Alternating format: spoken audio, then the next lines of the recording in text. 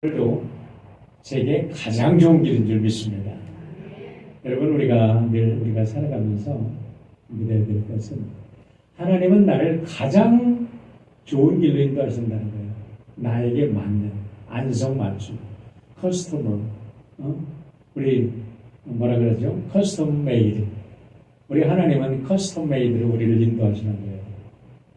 세상 사람들이 뭐 대통령의 길을 가고 뭐 장군의 길을 가고 화려한 것 같이 보이지만, 여러분, 우리를 갖다가 지금 여러분과 저를 갖다가 미국 대통령 자리에 올려놓는다면 여러분 편하겠어요? 나는 며칠 일주일만 지나면 내 머리 다 빠질 것 같아. 못 살아남을 것 같아. 뼈만 남을 것 같아. 그런데 오늘 이 자리에 가장 알맞은 자리에 저를 인도해 주시는 하나님께 감사를 드립니다.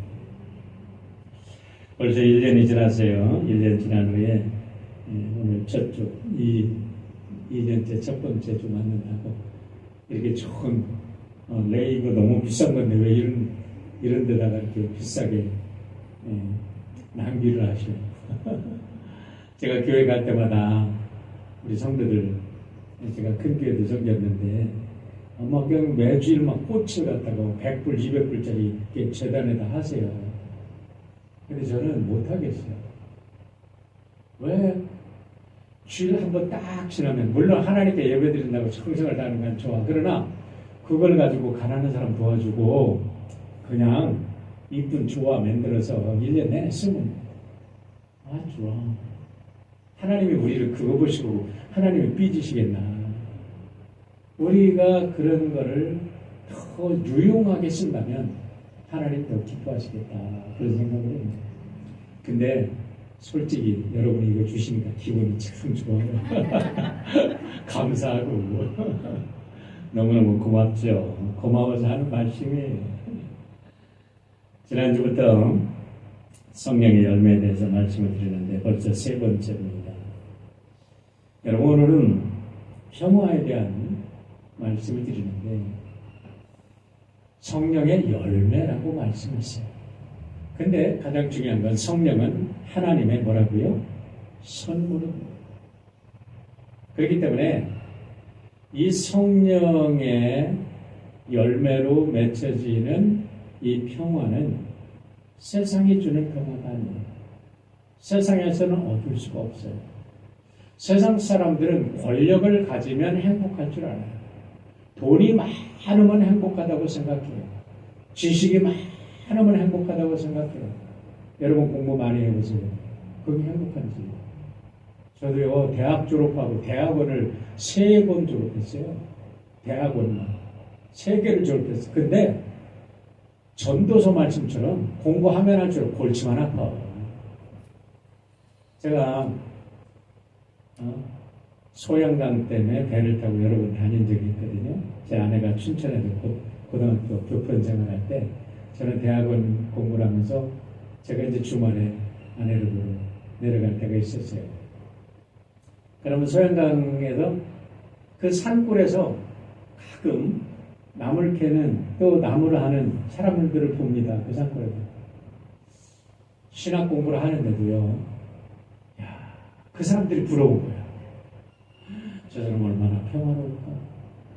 근데 내 마음속에는 왜 이렇게 신학 공부를 하고 하나님을 믿고 많은데도 갈등이 많을까, 이런 고민을 한 적이 있어요. 물론 이 세상을 살아가는 모든 사람들 앞에 고민과 갈등이 왜 없겠어요. 근데 하나님께서는 그런 과정을 겪으면서 제가 사람을 알게 하고 인생의 삶을 알게 하고, 그러다 아픈 사람을 보듬고 아픈 사람과 함께 할 수 있고, 아픈 사람과 우는 사람과 함께 울고 웃는 사람과 함께 웃는 사람으로 만들어주신 하나님 은혜에 감사를 드립니다. 여러분, 하나님이 주시는 평화는, 하나님이 주시는 은혜는 free grace. 우리가 free tax 그러잖아요. 공항에 가면 택스가 없다 이 말이에요. 근데 하나님이 주시는 은혜는 free grace, 값없이 주시는 은총이라는 거예요. 그런데 많은 사람들이 오해를 해요.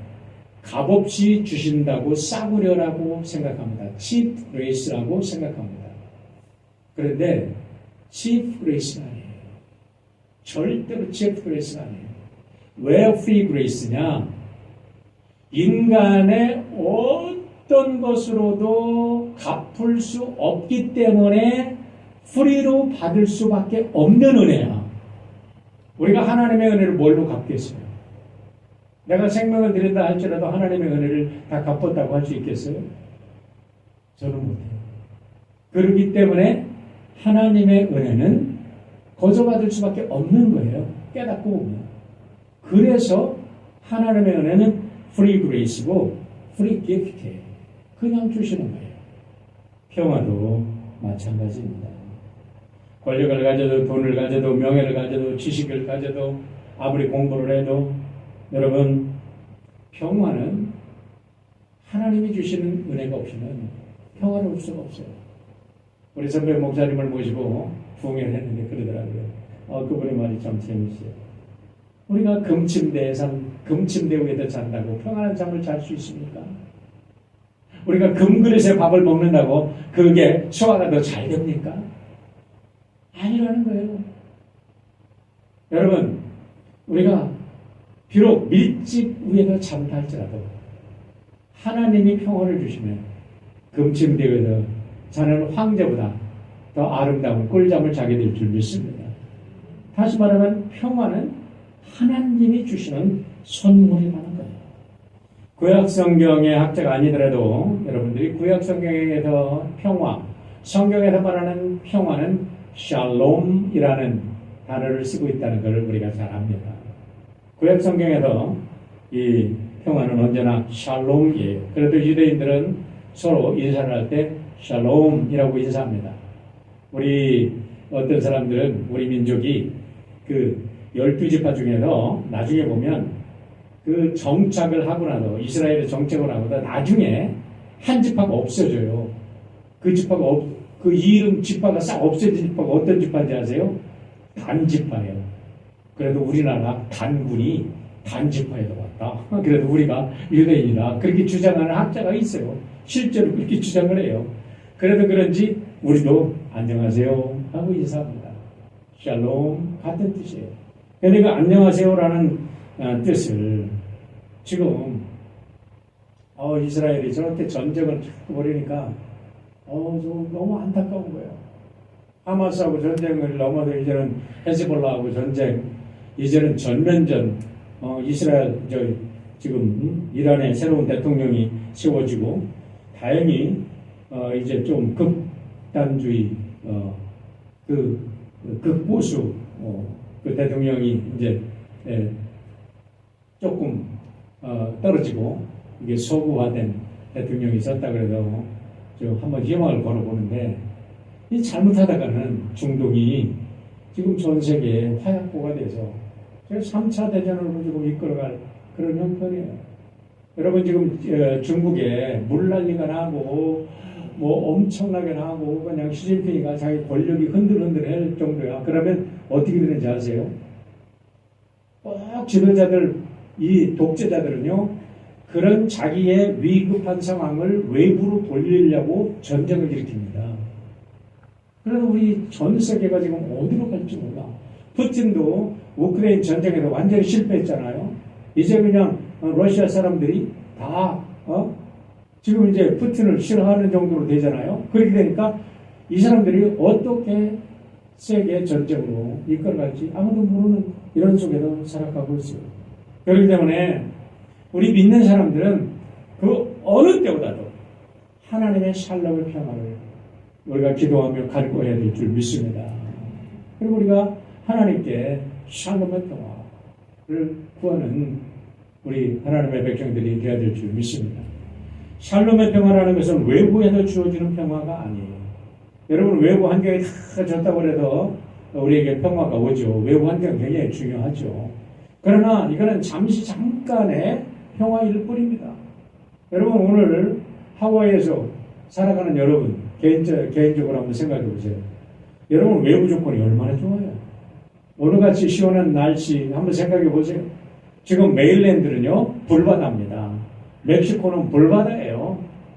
히트동이 와가지고 너무나 멕시코 시리는 사람들이 물을 먹을 수가 없어. 그 정도로 사람이 고통당하고 있어. 미국 전역이 지금 너무나 큰 히트돔 때문에, 히트 웨이브 때문에 그 열풍이 불어가지고 이거는 뭐 캘리포니아가 불바다가 또 노스 캘리포니아는 또 불이 일어나는데 어마어마하게 불이 일어나죠. 뭐 어떤 사람들이 하루아침에 그냥 재산을 잃고 생명을 잃고 전쟁으로. 그런데 하와이에 살면서 마음속에 평화가 있습니까? 정말 샬롬의 평화가 있습니까? 무슨 말이냐면 외부적 조건으로 평화가 주어지냐고.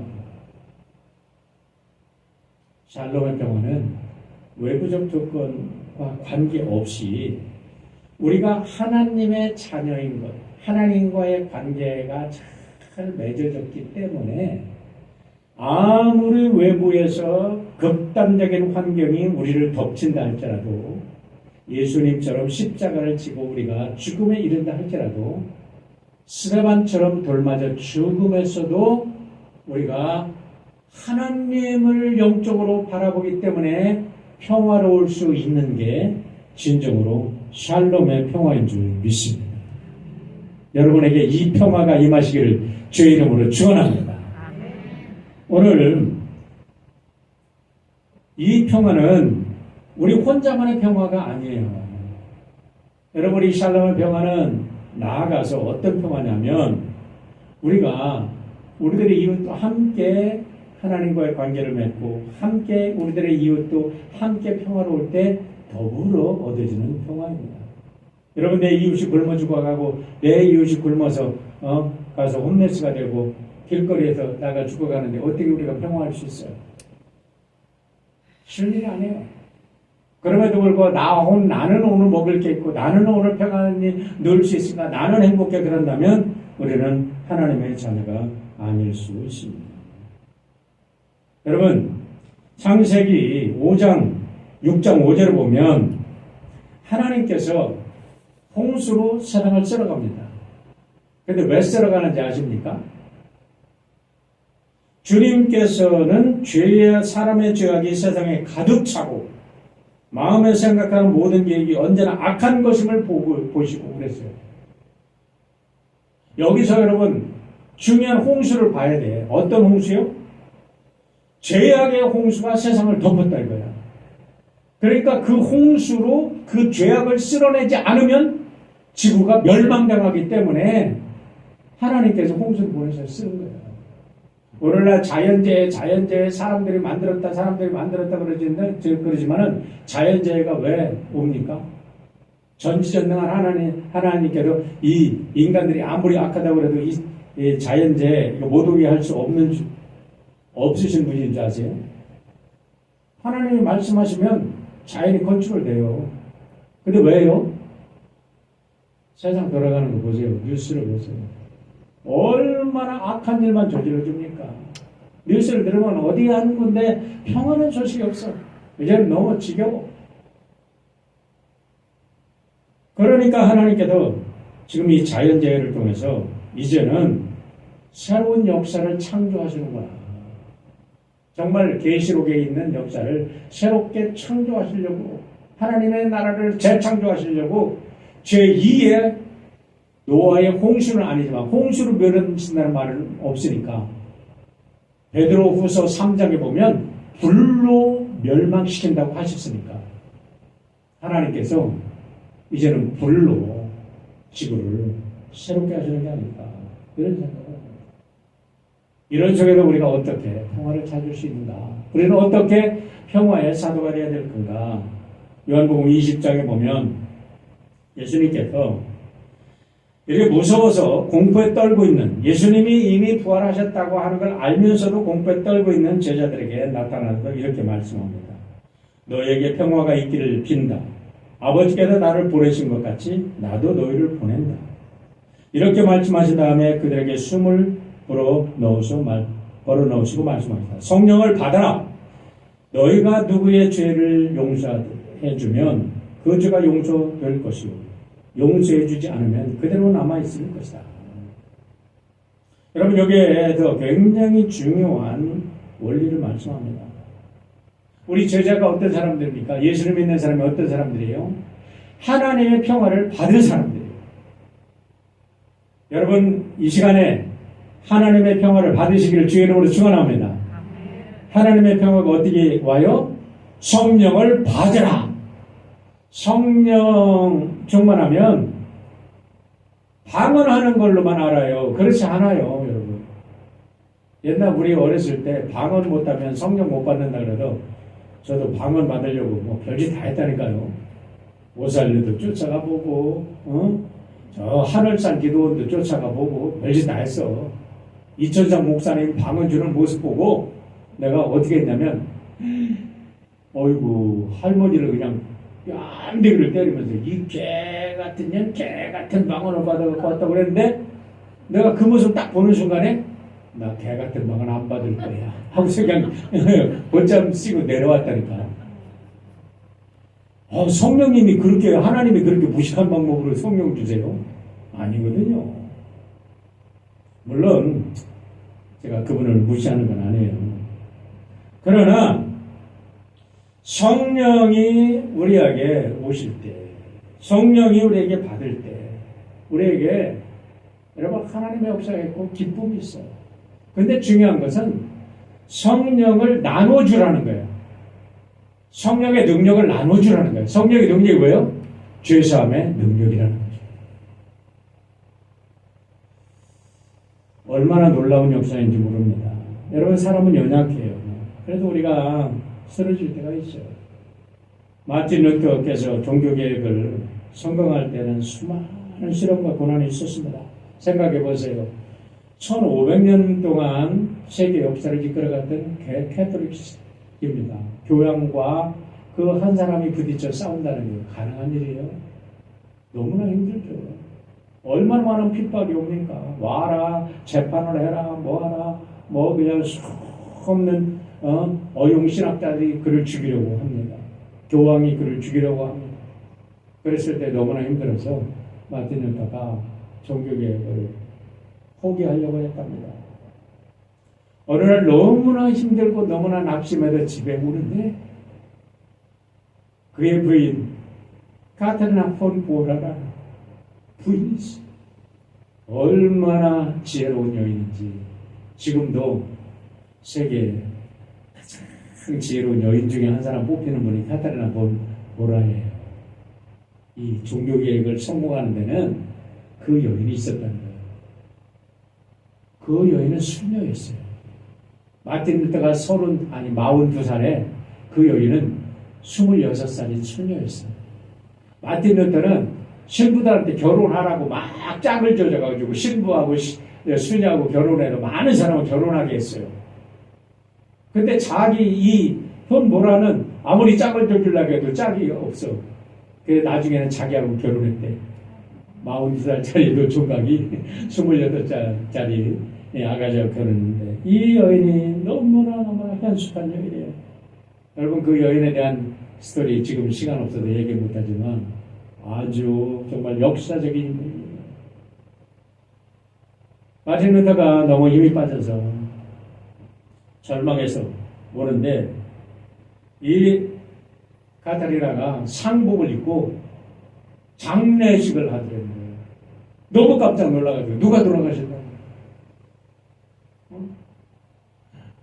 그랬더니 뭐라 그러냐면 당신이 믿는 하나님이 돌아가셔도 하나님 장례식 치른다고 그래요. 아니 무슨 망발이야. 하나님이 돌아가시다. 하나님이 돌아가시지 않는다면 왜 당신이 실망한다? 여러분, 얼마나 치열해요. 이 소리에 너무나 충격을 받은 마틴 루터가 다시 한번 그 속에서 우러나오는 하나님이 주시는 평안의 힘을 가지고 여러분 종교개혁을 성공시킨 줄 믿습니다. 우리 이와 같은 담대함이 필요하고 이와 같은 힘이 필요한 거예요. 시편 18편 28절로 34절 또 시편 18편 저는 너무 좋아하는 시편이에요. 한번 읽어보세요. 오늘 시간이 없어도 이 몇 구절만 얘기합니다. 주께서 나의 등불을 켜시며 여호와 내 하나님이 내 흑암을 밝히시리이다. 내가 주를 의뢰하고 적군을 향해 달리며 내 하나님을 의지하고 담을 뛰어넘나이다. 나의 발을 사슴발 같게 하시며 나를 나의 높은 곳에 세우시며 내 손을 가르쳐 싸우게 하시니 내 발이 노팔을 당기는 거다. 주께서 나의 등불을 켜시며, 이게 무슨 말씀이에요? 주께서 내 영혼의 성령의 등불을 켜시니까 하나님의 등불이, 하나님의 빛이, 하나님의 영광이 흑암을 밝히시리로다. 그래서 내가 하나님을 의지하고 적군을 향해 달리며 내가 담을 뛰어넘나이다. 내 연약한 손이 노팔을 당깁니다.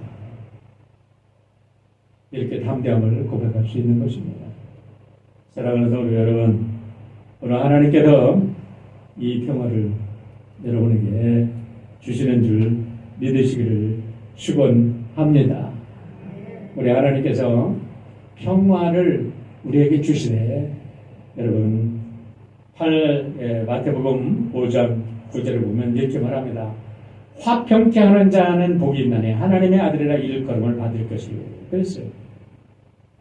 작년에 제가 12월 우리 강림절에 이 말씀을 한번 전한 적이 있는데, 여러분이 잊어버려 주셔도 참 감사해. 자꾸 잊어버려야 돼. 그래야 또 설교해야지. 날마다 엊그제 새 거를 해요. 이때 말씀드린 게, 이 평화라는 것은 평화를 엔조이 하는 자가 되라는 말이 아니다. 엔조이 해야죠. 평화를 평화 시커, 피스 시커가 아니에요. 어떤 자냐? 피스 메이커가 되는 거예요. 여러분, 피스 메이커가 되는 것은 어렵습니다. 자기 희생이 없으면 피스 메이커가 될 수 없어요. 그렇기 때문에 우리가 어렵고 힘들어도 피스 메이커가 되는 거예요. 우리 사랑하는 가족들에서, 우리 교우들 안에서 여러분 서로 위로하고 격려하며 피스 메이커가 될 수 있기를 주 이름으로 축원합니다. 우리 카타리나처럼 우리 격려하십시오. 위로하십시오. 서로 우리가 격려하는 말을 하는 것이 얼마나 귀한지 몰라요. 지난번에 한번 여러분에게 소개했던 책이 있어요.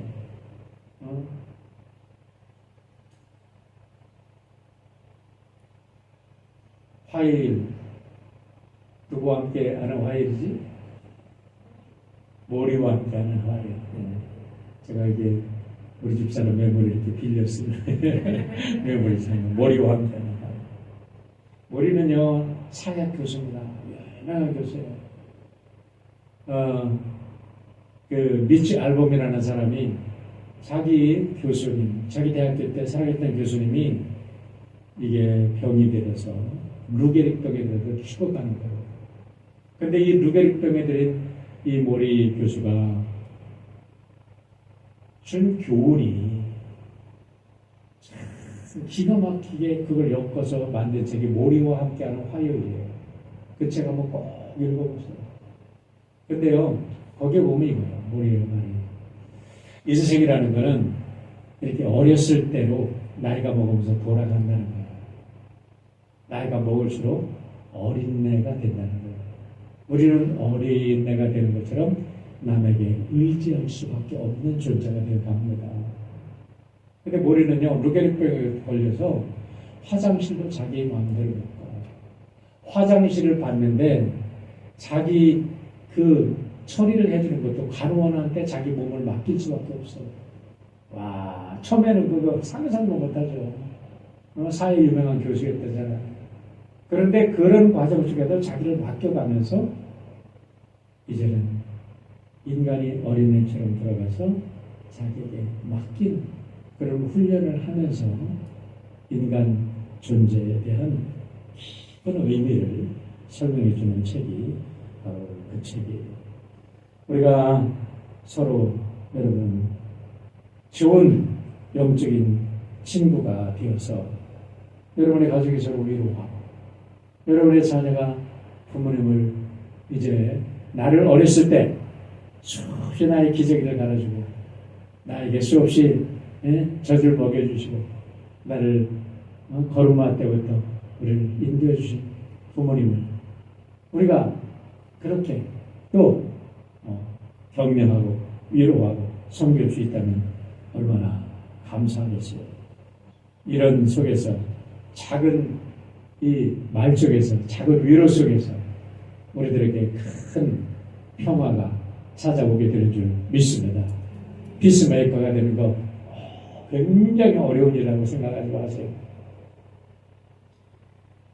저는 우리 딸내미 때문에 참 고마워요. 그 녀석이 제 영어 설교를 매일 제가 함께 읽는 거를 봐줘요. 지금 옐로우스톤에 여행 가 있거든요. 그런데 어제 저녁에 전화를 했어요. 아빠, 한번 읽어봐. 근데 야, 오늘은 너 여행 가는데 그냥 편하게 쉬라. 그랬더니 어저께 피곤해서 괜찮은데 오늘 아침에 또 여행을 가면서 아빠, 나 시간이 있는데 좀 읽어봐. 그런데 얼마나 고맙고 감사한지 몰라.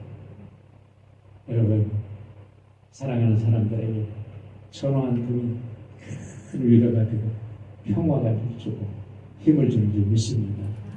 서로 위로하고 격려하시고 평화의 사도 피스메이커가 되시기를 주의 이름으로 축원합니다. 아버지 하나님, 우리